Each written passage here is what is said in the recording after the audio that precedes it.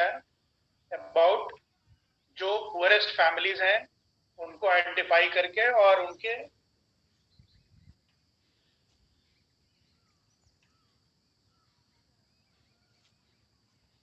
Betterment के लिए और तरीके से उनके ऊपर जो सरकार की योजनाएं हैं उनका डायरेक्ट बेनिफिट ट्रांसफर को फोकस करना और उसके बाद उनकी कैपेबिलिटी और उनकी इच्छा और उनकी एबिलिटी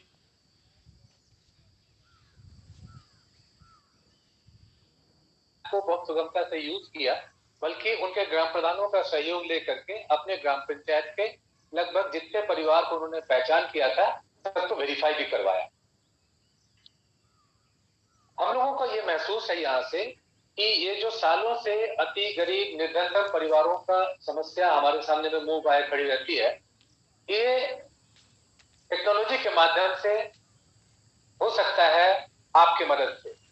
हम लोग का जो आंकलन है अलग अलग ग्राम पंचायत सहायकों से बात करते हुए जो उनके फोन आते हैं और जमीन में जाकर के उनको मिलते हुए हम बिल्कुल इस बारे में आशान्वित है कि ग्राम पंचायत सहायक इस काम को आराम से कर सकते हैं। न सिर्फ इन परिवारों की पहचान वो बहुत आराम से कर सकते हैं, इसके बाद इन परिवारों को जो डीबीटी के संसाधन उपलब्ध होने वाले हैं, मिलने वाले हैं, उसकी आप मॉनिटरिंग भी बहुत अच्छा कर सकते हैं। अभी तक की जो प्रगति है मित्रों, मैं वो बता दूं आप लोगों को, बहुत सारी प्रगति है जिसमें हम लोग आगे अगले 2-3 प्लानिंग आई थी नोएडा की बारिश वजह से गाड़ी वाड़ी दे देना। कल और परसों में करीब 53,200 ग्राम पंचायत सहायकों को मैसेज भेजा गया है। उस मैसेज में आपको मोबाइल ऐप जिसका नाम मॉपअप है उसको डाउनलोड करने का लिंक, उसका पिन नंबर और जो टेक्नोलॉजी हेल्पलाइन है उसके 2 नंबर आपको मिले होंगे। ये कोशिश इसलिए की गई ताकि आप स्वयं बिना किसी के मदद लेकर के मोबाइल ऐप डाउनलोड कर सकें और उस पर प्रवेश कर सकें। एक बार आप मोबाइल ऐप पे प्रवेश कर लें उसके बाद किसी की मदद की जरूरत नहीं पड़ती है, क्योंकि सारी बातें उसमें लिखी हुई है। कैसे आप परिवारों को संगठन करेंगे, उनका सर्वे करेंगे, वो रास्ता बताया हुआ है। और सबसे बड़ी बात जिसके बारे में बहुत लोगों को बहुत आशंका हुआ करती थी, शासनादेश अब आपको ऐप पे ही मिल जाएगा। ये 25 मई का शासनादेश है। 28 मई को इसकी जो पिछला वेबिनार एसीएस सर ने की थी उस पर आपको 15 दिन का समय दिया गया था। हम लोग का आंकलन है कि अब भी वो हो सकता है। अब तक आप में से करीब 32,000 लोगों को हमने एक ऑडियो कॉल भी भेजा है। उस ऑडियो कॉल आप में से करीब 19-20 हजार लोगों ने सुना भी है। 25 सेकंड का यह कॉल था और हमने देखा कि आप सभी लोगों ने लगभग पूरा कॉल सुना है। और ये कॉल सुनने के बाद एसएमएस का देखा जाना एक स्वाभाविक प्रक्रिया है और उस तक जाना स्वाभाविक प्रक्रिया। तो हम उम्मीद ये कर रहे हैं कि आज के बचे हुए दिन में और कल सुबह आप सब लोग मोबाइल ऐप को आराम से एक्सेस करेंगे। कोई अगर आपकी दिक्कत है तो हमारा फोन नंबर शासनादेश में है, आप उस पर फोन कर सकेंगे।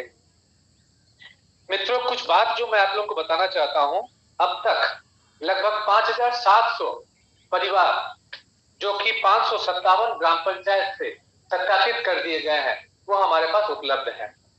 और बहुत हैरानी की बात है कि इन जो 5,700 परिवार है उन परिवारों के लिए हम ये देख पा रहे हैं कि उनमें से कितने लोगों के पास राशन कार्ड नहीं है, कितने लोगों के पास आवास नहीं है और कितने लोगों के पास दूसरे जो डीबीटी की मदद है वो नहीं मिल पा रहा है। ये शासन के पास एक बहुत जबरदस्त सूचक है जिससे हम इन परिवारों तक पहुंच पाएंगे और उनको ये लाभ दे पाएंगे। लेकिन अफसोस की बात है कि यह सिर्फ 5,700 परिवार के लिए है। अपेक्षा यह है कि हम लोग 5 लाख परिवार के लिए कर पाए। और ये आप लोगों को मैं भरोसा देता हूं, आप लोगों को भी करते हुए समझ में आया होगा, ये काम करने के लिए महीनों या हफ्तों की जरूरत नहीं है, ये काम कुछ दिनों में हो सकता है। आप इस जो मोबाइल ऐप है उसी में आप ये बता रहे हैं हम लोगों को कि ये जो आपके निर्धनतम परिवार आप चयन कर रहे हैं उस निर्धनतम परिवार को कौन कौन सा लाभ मिल रहा है और कौन कौन सा लाभ नहीं मिल पा रहा है। और ये सूचना शासन स्तर पर निर्णय लेने के लिए बहुत सहायक सिद्ध होंगी। तो मैं उम्मीद करता हूं कि आप लोग अगले कुछ घंटे में और कल सुबह के 6-7 घंटे में आप मोबाइल ऐप पे काम करना शुरू कर देंगे और जल्दी से जल्दी इस 5 लाख परिवारों को रजिस्टर करने में हमारी मदद करेंगे। मैं आपका धन्यवाद करना चाहता हूं। आप में से किसी को कोई दिक्कत है आप मुझे व्हाट्सएप कर सकते हैं, फोन कर सकते हैं। धन्यवाद। उनमें से किसी को कोई बात कहनी है जो पैनल बनाया आपने? नाम है आपके पास? हाँ, पूछिए। अब पैनल में जो लोग हैं उनमें से अगर कोई बात करना चाहते हैं, नाम बताइए। पूछिए। रंजन अगर आप हैं, जुगनू अगर आप हैं, तो आप कुछ बोलना चाहते हैं जरूर बोल सकते हैं।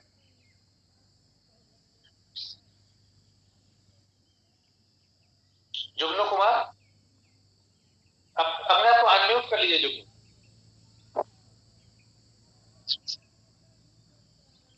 बोलिए सर। टारगेट अगर बढ़ जाए तो बेहतर रहेगा। कई लाभार्थी ऐसे हैं जो छूट रहे हैं, कई जगह से आ रहा शिकायत। क्या कह रहे हैं? जैसे लाभार्थी ऐसे हैं, मतलब कि 25 से भी अधिक हो जा रहे हैं, उनका लिए क्या किया जाएगा सर? नहीं, हमें तो 10 चाहिए।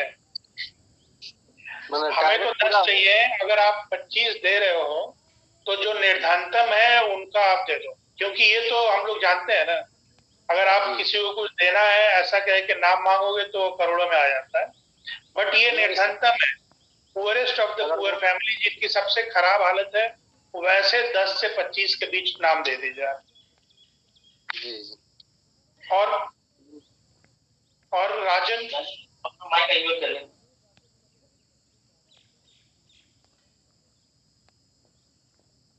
राजन यादव, यस सर। बोलिए, आपको कुछ कहना है? No sir. ठीक है, थैंक यू। तो मैं आप लोगों से 2-3 बातें कहना चाहूंगा।